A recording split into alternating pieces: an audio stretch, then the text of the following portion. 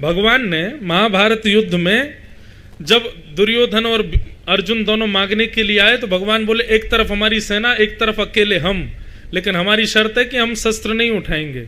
तो दुर्योधन ने सीधे कहा मुझे सेना दे दो। बिना शस्त्र के एक योद्धा को ले जाने से क्या फायदा? केवल आप खाने के लिए जा रहे हो क्या महाभारत युद्ध में, या दिन रात आरती करवाने जा रहे हो, सुख संपत्ति घर आवे जय जगदीश हरे? ठाकुर जी बोले भैया ये बात तो हमारी पक्की है, हम शस्त्र नहीं उठाएंगे। और ये बात आप सब में घोषणा कर देना कि द्वारिकाधीश कृष्ण जिस पक्ष में जाएंगे शस्त्र नहीं उठाएंगे। दुर्योधन सेना लेकर के चला गया। जब दुर्योधन लौट करके आया तब भीष्म पितामह ने उससे पूछा, ए दुर्योधन तू सेना लेकर के आया, कृष्ण नहीं आए हमारे पक्ष में? दुर्योधन बोला अरे उनको लाके फायदा भी क्या था, उन्होंने तो प्रतिज्ञा ली है कि वो शस्त्र नहीं उठाएंगे। मैंने सोचा एक व्यक्ति को ले जाऊं, वो भी निहत्था व्यक्ति, क्या फायदा था? इसलिए वो चले जाएं पांडवों के पास। अरे पितामह खुश हो जाइए, देखो इतनी सेना द्वारिका की सब हमारी तरफ से युद्ध करेगी। वहां अकेले कृष्ण हैं, वो भी बिना शस्त्रों के। भीष्म पितामह बोले बेटा क्वांटिटी तेरे पास आई है लेकिन क्वालिटी वहीं गई है। आजकल का मानव भी ऐसा ही है, क्वांटिटी ज्यादा चाहिए, क्वालिटी चाहे रद्दी हो जाए। लेकिन पांडवों के पास भले क्वांटिटी नहीं थी, एक ही थी लेकिन क्वालिटी थी, श्री कृष्ण थे। इसलिए कम लो लेकिन क्वालिटी देख करके लो। यह बात हर चीज में लागू है, भक्ति में भी लागू है। भीष्म पितामह बोले लेकिन अब आनंद आएगा, यदि वे प्रतिज्ञाबद्ध हैं तो मैं भी प्रतिज्ञा धारण करता हूं। वासुदेव कर चक्र न धरहि तो तुमको मुख न दिखाऊं, लाजत है मेरी गंगा जननी में शंतनु सुत न कहाऊं। यदि महाभारत युद्ध में श्री कृष्ण ने शस्त्र धारण नहीं किया तो मेरे प्राण जब निकलेंगे तो मेरा शव उल्टा गिरेगा, किसी को अपना मुख नहीं दिखाऊंगा मैं। और मेरे नाम के आगे से शंतनु सुत गंगा पुत्र ये नाम हटा दीजिएगा। मैं घोषणा करके कहता हूं यदि मैंने वासुदेव कृष्ण के हाथों में शस्त्र धारण नहीं करवाए तो। महाराज प्रतिज्ञा ले ली भीष्म पितामह ने। अब महाभारत युद्ध प्रारंभ हुआ। 5 दिन तक तो भीष्म पितामह पीछे खड़े रहे, धनुष बाण उठाए ही नहीं उन्होंने, केवल ठाकुर जी का दर्शन कर रहे थे, कैसे रथ को इधर ले जाते हैं कभी उधर ले जाते हैं। यहां पे भीष्म पितामह ने वर्णन किया है। भीष्म पितामह कहते हैं मैं युद्ध थोड़ी कर रहा था। भगवान ने पूछा कि तुम पांडवों के पक्ष में क्यों नहीं रहे, तुम कौरवों के पक्ष में क्यों गए? तो भीष्म पितामह कहते हैं बोले प्रभु पांडवों के पक्ष में आता तो या तो आपके दाएं खड़ा होता या बाएं खड़ा होता, और दाएं बाएं से केवल आपका आधा आधा अंग दिखता, मुझे तो पूरा देखना था, इसलिए मैं सामने खड़ा हुआ, इसलिए मैं कौरवों के पक्ष में गया ताकि आप मुझे पूरे दिख सको। तो भीष्म पितामह युद्ध थोड़ी कर रहे हैं, वो तो केवल ठाकुर जी का रूप देख रहे थे, वो ठाकुर जी की चतुराई देख रहे थे। ये रथ कैसे दौड़ाते हैं, ये कैसे कोई धनुष बाण से बाण निकलता है, कैसे अर्जुन को बचा लेते हैं, ये सब देख रहे थे भीष्म पितामह। लेकिन 5 दिन के बाद जब कौरवों की सेना कम होने लगी तो दुर्योधन ने भीष्म पितामह से कहा प्रभु हमें तो ऐसा लगता है हमारा अन्न खाते हो लेकिन भला चाहते हो आप पांडवों का। भीष्म पितामह को ये बात सुन के क्रोध आ गया। बोले तूने ऐसा क्यों कहा? बोले 5 दिन हो गए आपने अभी तक धनुष नहीं उठाया अपना। भीष्म पितामह बोले कल से महाभारत युद्ध का नेतृत्व मैं करूंगा। और सुन ये बात तूने जो कही है ना, हमारा अन्न खाते हो भला चाहते हो उनका, तेरे को मरने का बहुत डर लग रहा है ना, तुझे ऐसा लगता है कि तू हार जाएगा, तू मर जाएगा।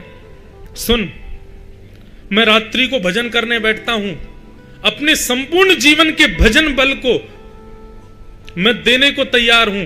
अर्धरात्रि में अपनी पत्नी को कहना आकर के मुझे प्रणाम करे, मैं दोनों बर्द हस्त रख करके अपने संपूर्ण जीवन का बल दे दूंगा, अखंड सौभाग्यवती भव का आशीर्वाद दे दूंगा। नहीं मरेगा तू, और किसी में सामर्थ्य नहीं, ब्रह्मा भी आकर के तुझे हरा नहीं सकते। दुर्योधन बोला मैं यही तो चाह रहा था, आप ऐसा कुछ करो। अब तो दुर्योधन इतना निष्फिक्र हो गया, उसको ये बात पता थी कि अब रात्रि में मेरी पत्नी को अखंड सौभाग्यवती का आशीर्वाद मिलेगा, और फिर तो चाहे मैं लेटे लेटे धनुष बाण चलाऊं फिर भी मरूंगा तो हूं नहीं। लेकिन बात चल रही थी भीष्म पितामह और दुर्योधन के बीच, लेकिन कान खड़े हो गए श्री कृष्ण के। बोले अच्छा, हमारे रहते हुए ये हो जाए, ये संभव नहीं है। रात्रि में ठाकुर जी को नींद नहीं आई और मन में सोचने लगे, भानुमति पहुंच के आशीर्वाद, यदि उसने भीष्म पितामह का आशीर्वाद एक बार मिल गया तो भक्त के आगे मेरी हार है, मैं भगवान होकर के भी पांडवों को नहीं बचा पाऊंगा। फिर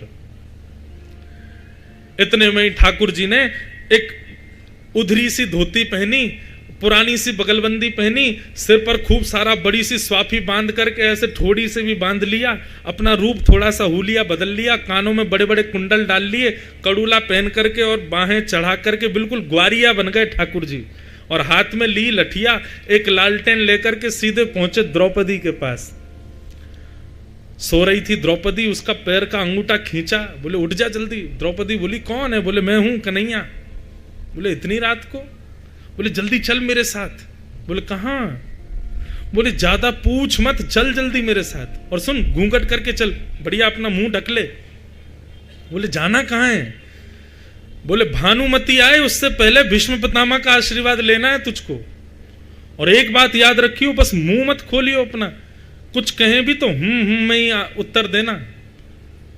और भीष्म पितामह कुछ पूछेंगे भी नहीं ज्यादा, भाई बहू है, बहू से ज्यादा बात थोड़ी करेंगे, तू बस करना बस। हाँ, और अगर भीष्म पितामह पूछे कौन आया साथ में, ज्यादा ही पूछने लगे फिर तो उत्तर देना पड़ेगा, तो कह देना ग्वारिया आया है, गैया चराता हमारी, मैं राखी बांधती हूं, मैंने कहा भीष्म पितामह का आशीर्वाद लेना तो मेरे संग चला आया, ऐसे करके बात टाल देना, ये मत बताना कि मैं आया हूं। द्रौपदी बोली ठीक है। भगवान लेकर के द्रौपदी को पहुंच गए। भानुमति से पहले द्रौपदी का प्रवेश हो गया भीष्म पितामह के शिविर में।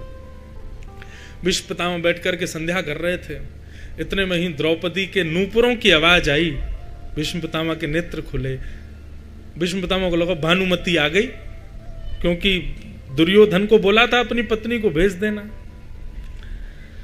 आओ बैठो बेटा। नाम जब पूर्ण किया, अपने हाथ में जल लिया और संपूर्ण जीवन के अपने भजन बल को द्रौपदी के सिर पर जल छोड़ते हुए अखंड सौभाग्यवती भव, दोनों भुजाएं रख करके आशीर्वाद दे दिया, तेरा पति अजर अमर हो जाए, उसको कोई ना मार सके। जैसे ही ये बात कही, द्रौपदी बोली ये कह रहे हैं अखंड सौभाग्यवती भव, और कल यही महाभारत युद्ध का नेतृत्व करने वाले हैं और धनुष बाण लेकर के यही मेरे पतियों के पीछे भागने वाले हैं, और मुझसे कह रहे हैं अखंड सौभाग्यवती भव। इनसे कह तो दूं कि फिर याद रखना पांचों को बाण मत मारना कल। तुरंत द्रौपदी ने अपना घूंघट ऊपर कर लिया। तो भीष्म पितामह याद रहे, एक नहीं दो नहीं, पांचों की रक्षा की जिम्मेवारी आपकी है। फिर अब तो द्रौपदी को देख करके भीष्म पितामह बोले तू कहां से आ गई? मैंने तो भानुमति को बुलाया था,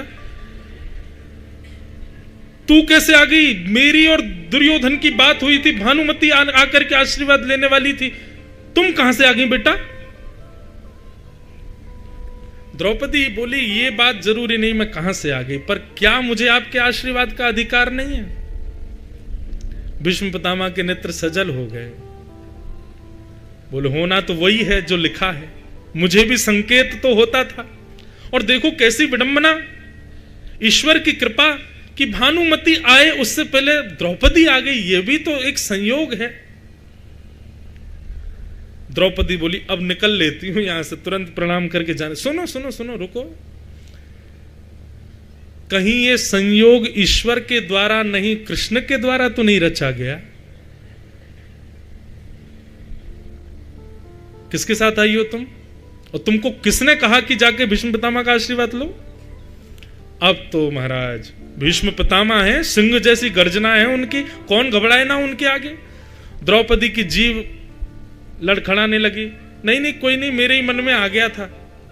बोले तेरे ही मन में आ गया, इतने दिन से क्यों नहीं आई, आज ही क्यों आई? सही सही बता, अकेली आई है? हमारी राजकन्या राजवधु अकेली घूम रही है बाहर, कौन आया तेरे साथ? द्रौपदी बोली गोपाल भैया। बोले कौन गोपाल भैया? हमारी गैया चराता है, दूध निकालता है, मेरा कोई भाई नहीं ना, मैंने उसको, भाई तो है पर उसकी कोई बहन नहीं थी, तो मैंने उसको राखी बांध दी।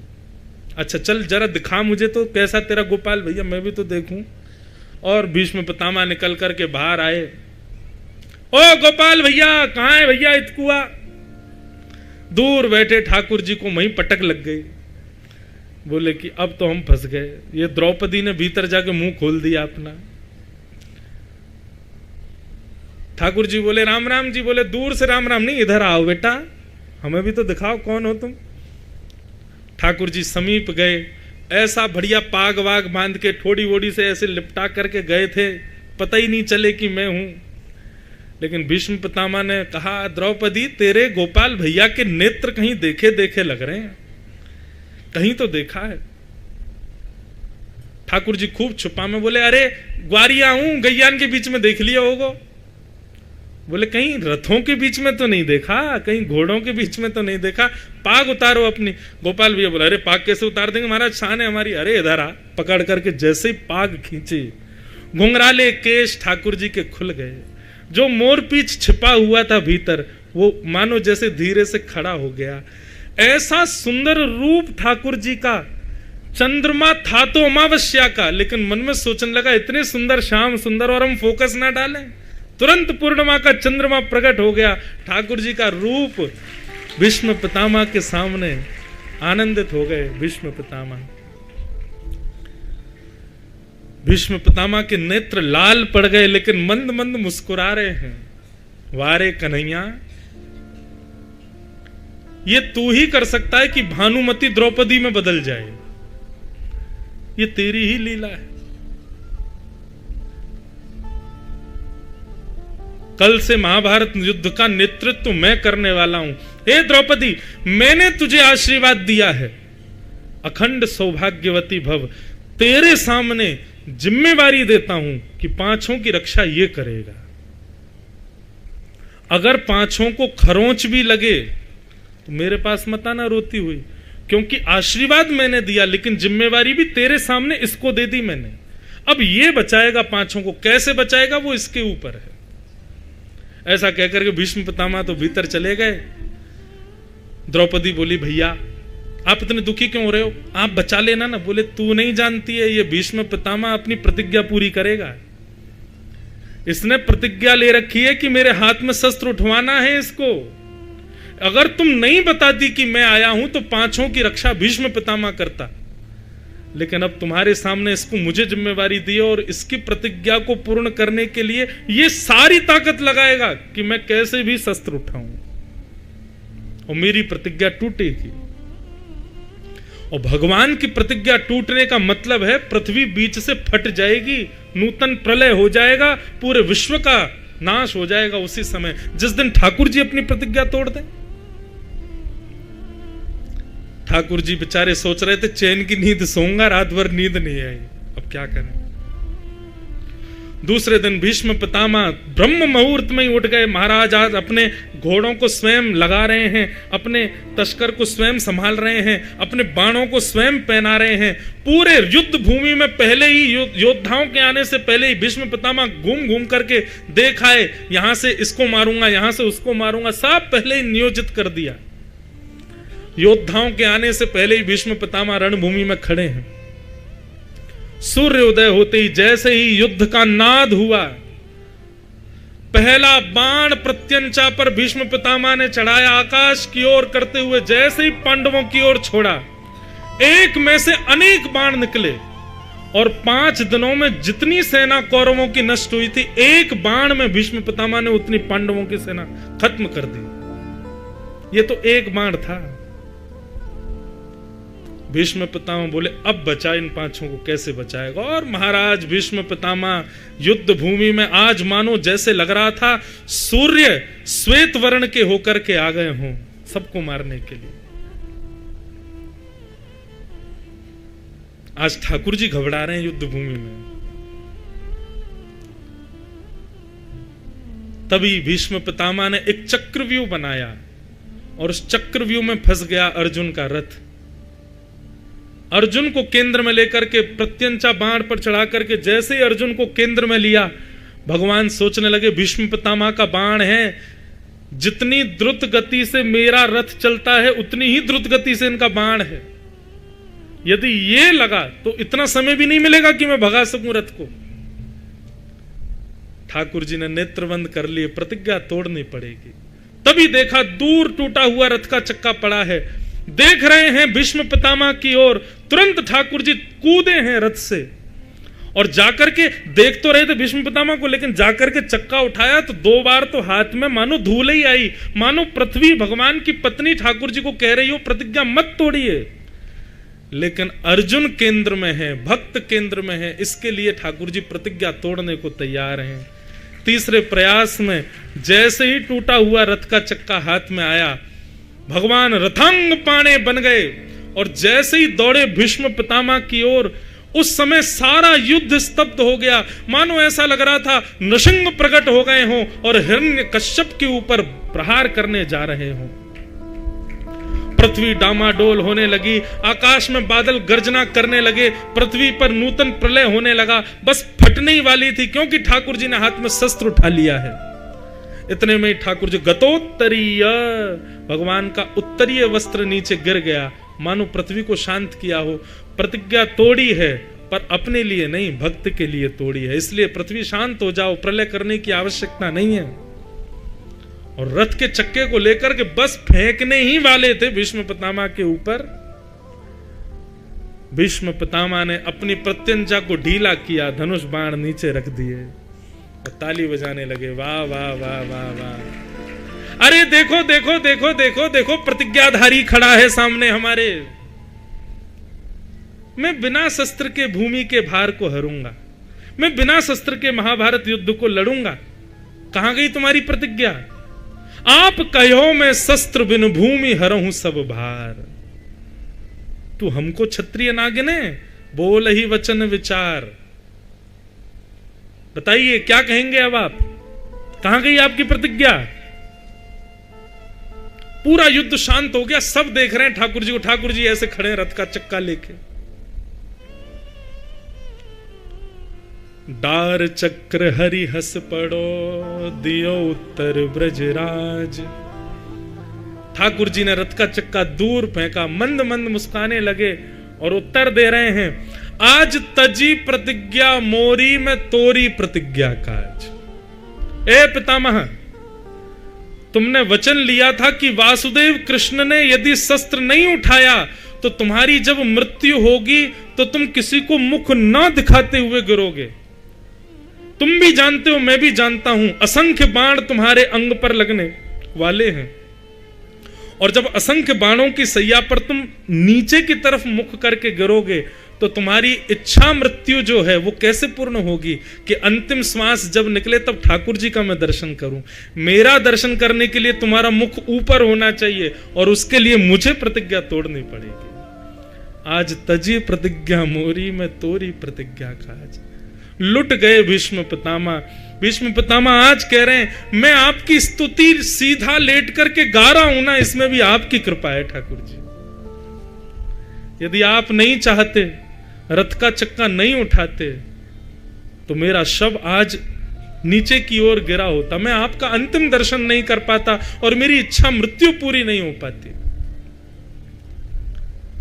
प्रबल प्रेम के पाले पढ़कर हरि को नियम बदलते देखा, अपना मान टले टल जाए पर भक्त का मान टलते देखा।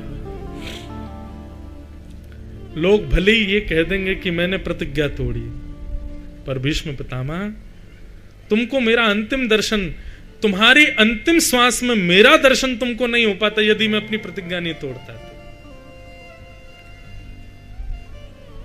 ये है, वहां भक्त की रक्षा भी कर ली, प्रतिज्ञा भी तोड़ दी और भीष्म पितामह को लुटा भी दिया। ले, भीष्म पितामह को ऐसा भी नहीं लगा कि देखो मैंने शस्त्र धारण करा, उसका मान भी तोड़ दिया।